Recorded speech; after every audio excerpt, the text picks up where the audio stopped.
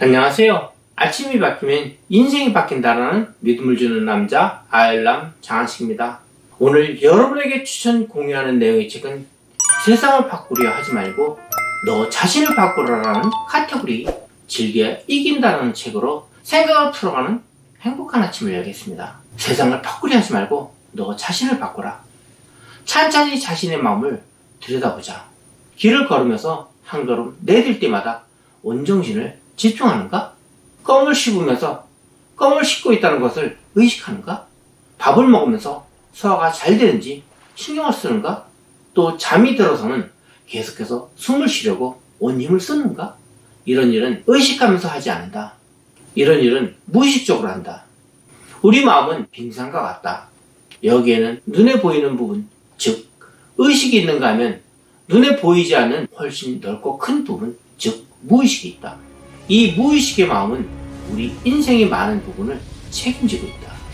자신에게 습관처럼 되풀이되는 일이 있다면 그것은 무의식이 원인이다. 대부분의 사람이 되풀이하여 발생하는 패턴을 갖고 있다. 즉, 이전에 했던 것과 같은 경험이나 행동을 답습하는 것이다. 당시 주변에도 날이면 날마다 늦는 사람이 있지 않은가? 데이비드와 나는 한동안 테니스를 같이 쳤는데 그는 약속 시간에 맞춰오는 법이 없었다. 데이비드, 내일 아침 7시까지 테니스장으로 나와? 친구가 대답했다. 좋아. 시간 괜찮겠어? 몇 시라 했지? 시간 맞춰갈게. 아니나 다를까 그는 다음날 아침 7시 15분에 나타나서는 그럴듯한 별명을 들어놓았다. 아들놈이 라켓을 빌려가 자기 침대 밑에 처박아 놨지 뭐야? 다음날에도 그는 7시 16분에 나타났다. 테니스 한 짝이 어디로 가는지 찾을 수가 있어야 말이지. 그 다음날은 정각 7시 15분에 나타났다. 마누라가 아파서 꼼짝 못하는 데다 아들놈까지. 물론 자동차 열쇠를 잃어버렸거나 아니면 갈아입을 옷이 푹 젖어 세탁기 안에 들어있을 때도 있었다. 결국 나는 이렇게 선언했다. 데이비드, 이제부터 늦은 시간만큼 벌금을 내는 거야. 알겠지? 바로 다음날 그가 어깨를 다치는 바람에 우리는 다시 테니스를 치지 못했다. 데이비드는 전부 세상 탓인지 자기 잘못은 없다고 생각한다. 사실 그가 늦으려고 일부러 애쓴 것도 아니다. 그러나 그의 무의식은 넌 항상 늦게 되어 있어 라고 되뇌이고 바로 이 늦게 되어 있는 프로그램이 그의 삶을 지배하고 있는 것이다. 만일 지각대장 데이비드가 우연히 아침 일찍 일어나 생전 처음으로 제 시간에 도착할지도 모르는 역사적 상황을 맞았더라면 그의 내면의 패턴이 보고만 있지는 않았을 것이다. 데이비드는 현관문에 걸려 넘어지거나 무슨 심사인지 처음 가보는 길로 접어들어 길을 잃고 말았을 것이다. 그러면 이 친구는 깊은 숨을 내쉬며 이렇게 말할 것이다. 그럼 그렇지, 내가 그럴 리 있나? 삶이 그야말로 한편의 드라마 같은 사람들도 있다. 이런 사람은 길에서 만나 그동안 잘 지내셨어요? 라고 묻는 것은 끔찍한 실수이다. 얼마 전 부엌에서 불이나 소방차가 출동한 것도 모자라 남편은 음주운전으로 면허가 취소되고 갑자기 아이까지 아파 병원에 입원하게 되었다는 소식을 듣게 될 테니까. 이들의 삶이 순조롭게 제 길을 갈라치면 아주 은밀한 무의식의 목소리가 소근거린다. 이봐, 그게 아니야. 그리고는 머지않아 드라마가 펼쳐진다. 직장에서 쫓겨나거나 병원에 입원하거나 경찰서에 불려가거나 이렇게 해서 모든 게 정상으로 돌아간다. 어떤 사람들은 운명이라 할 만큼 유난히 사고를 많이 당한다. 자전거를 타다 넘어지거나 사다리에 의해서 떨어지거나 교통사고로 병원 신세를 지기도 한다. 내가 아는 한 보험 설계사는 30대 초반인데 벌써 차를 5대나 갈아치웠다. 그녀는 내게 말한다. 새 차만 샀다 하면 뒤에서 들이받아요. 그렇게 사고를 5번이나 당하고 보니 이제 새 차 사는 일은 엄두도 안 나더라고요. 늘 주변이 어수선한 사람들도 있다. 일부러 그러는 것도 아닐 텐데 이들은 항상 책상이 너저분하고 서류꽂이도 뒤죽박죽이며 머리까지 부스스하다. 마음 먹고 주변 정리를 싹 해주어도 단 20분이면 사무실도 자동차도 심지어 가방 속까지 태풍이 휩쓸고 지나간 것처럼 어질러진다.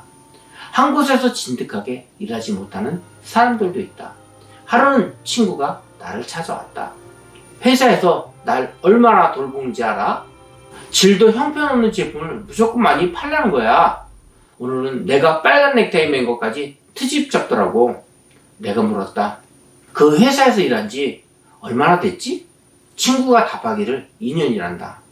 그 전에 일했던 직장은 얼마나 있었지? 한 2년 있었지. 그 전 회사에서는 2년? 그 전에는 한 24개월쯤? 내가 문제야? 회사가 문제야? 나지 뭐. 나는 말했다. 문제는 너한테 있는데 왜 회사를 바꿔? 그와 이야기하면서 나는 지난 11개월 동안 5번이나 직장을 옮겨 다닌 한 친구의 이야기를 했다. 그녀가 1년 안에 또 직장을 옮길 거라는데 내 돈을 몽땅 걸어도 좋아. 바로 그날 오후 그녀는 내게 전화를 걸어 회사를 그만둬 놓으라고 말했다. 덕분에 한 푼 두 푼 모은 내 돈은 무사했지만 그녀는 지금 너무 행복하다고 말했다. 그러니 우리가 그녀의 행동 양식에 대해 논할 바는 아니다. 다만 우리는 대면의 프로그램에 영향을 받는다는 사실을 기억했으면 한다. 누군가는 말한다. 내 인생이 엉망이기 때문에 어쩔 수 없어. 내 생각도 그런 거야. 하지만 그렇지 않다. 그의 생각이 엉망이기 때문에 그의 삶이 그런 것이다. 지금까지 부정적인 패턴과 달리 긍정적인 패턴을 지닌 사람들도 있다. 당신도 그중 한 사람인지 모른다. 예를 들면 하는 일마다 시기가 딱딱 맞아 떨어지는 사람들이 있다. 이런 사람들은 경기가 좋아질 무렵에 사업을 시작하고 집 근처에 쓰레기 소각장이 들어서기 직전에 집을 판다. 그러니 이런 사람들을 보면 대체 뭘 어떻게 한 거지? 하고 놀랄 수밖에 없다. 이들의 행운이 반이 반이라도 나눠 가질 수 있다면 얼마나 좋을까? 그런가 하면 유행성 감기에 한 번 걸리지 않을 정도로 늘 건강한 사람들도 있다. 무슨 일을 하던 돈을 버는 사람들도 있고 하는 일마다 재미있다고 말하는 사람들도 있다.